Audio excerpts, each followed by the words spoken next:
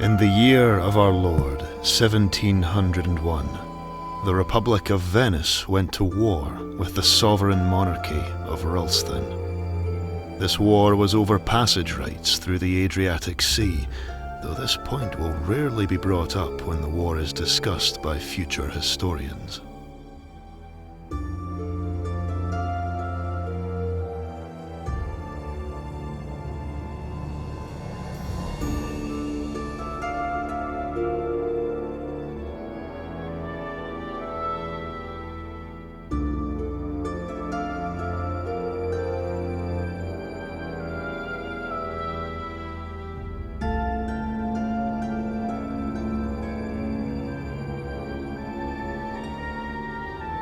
It was, like most wars, overstretched and too costly.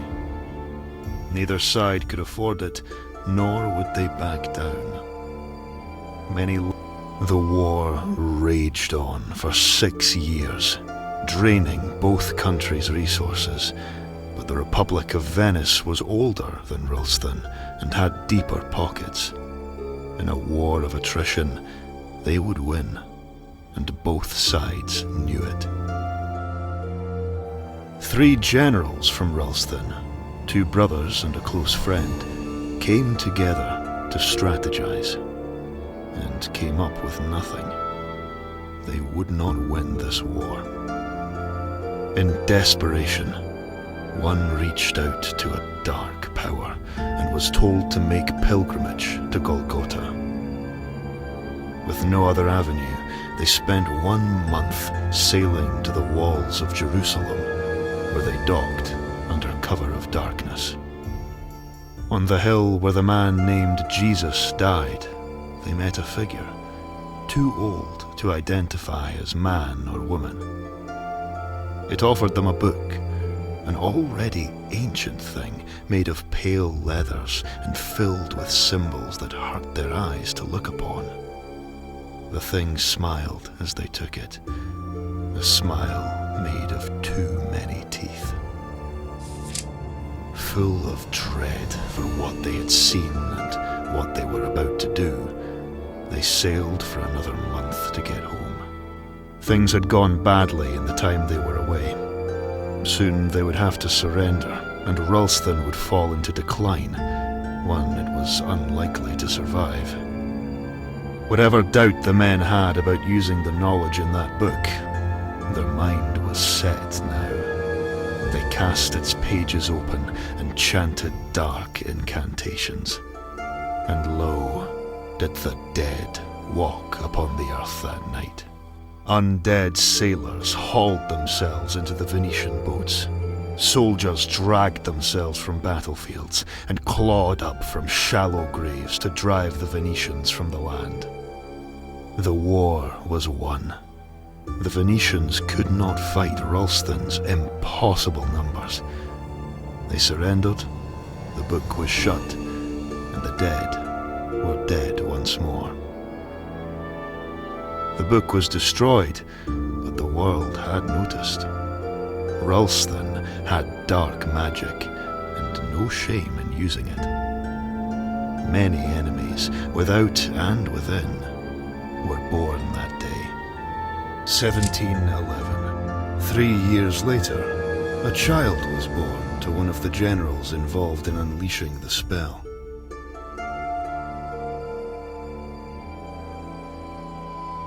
A beautiful baby girl.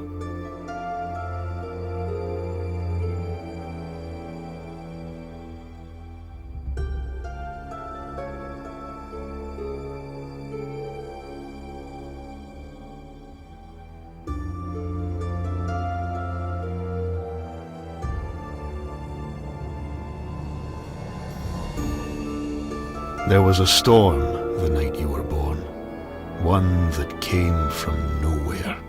A ship was caught in it, doomed to be dragged to the ocean floor below. In a tavern, a captain silently got up, and slowly sailors followed him, not a word spoken between them. They took their ship and braved the storm. They managed to save half the crew on the otherwise doomed vessel. None of them recalled why they risked their lives for this. You were taken from your mother and left with a nursemaid for your first few days in this world.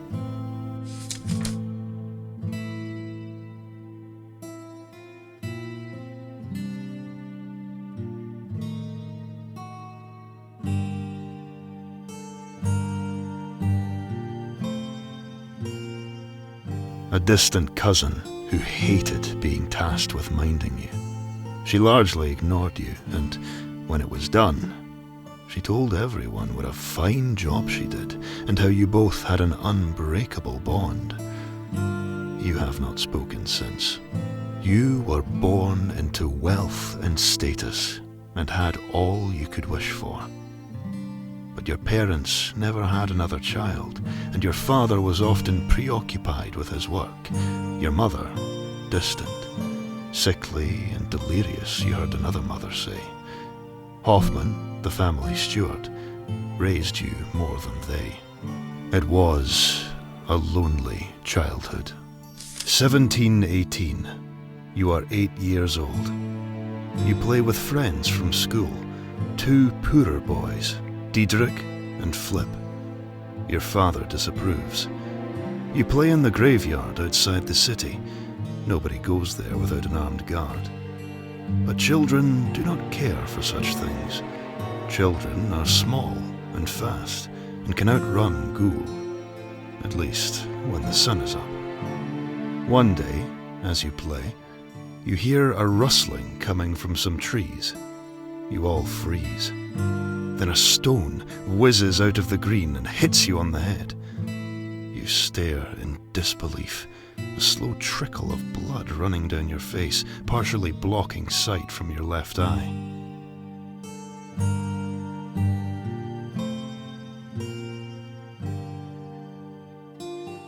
The leaves part. Your cousin Lucas, 10 years your senior, steps out. His father is your father's older brother and has been away for a long time. Lucas has been sent here ahead of his planned return and is staying with you.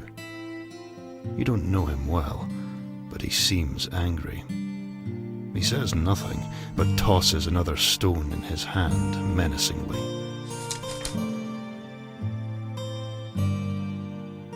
You outsmart him.